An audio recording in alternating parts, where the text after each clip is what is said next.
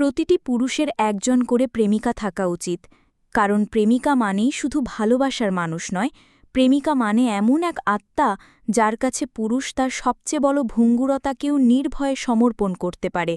সমাজের কাছে সে যতই শক্তিশালী হোক না কেন, প্রেমিকার কাছে সে হয়ে ওঠে নিখাত, দুর্বল, একেবারে মানুষ। প্রেমিকা থাকা মানে রাতের পর রাত গল্প করে ক্লান্ত না হওয়া, ছোট ছোট কথার ভেতরে অজস্র নিঃশব্দ স্বস্তি খুঁজে পাওয়া। একটি দিনের শেষে যখন পৃথিবী অবসাদে ভরে যায়, তখন একটুখানি আমি আছি শব্দই যেন সবচেয়ে বড় আশ্রয় হয়ে ওঠে। প্রেমিকা থাকা মানে একসাথে হাঁটার নীরবতা ভাগ করে নেওয়া, বৃষ্টি ভেজা রাস্তায় একটি ছাতা ভাগাভাগি করা, অথবা কফির টেবিলে কিছু না বলেও সব বলা হয়ে যাওয়া।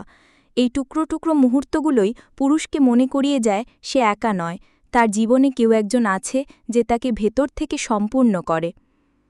কিন্তু প্রেমিকা শুধু হাসি আর সান্ত্বনার নাম নয়, প্রেমিকা অভিমানও করে।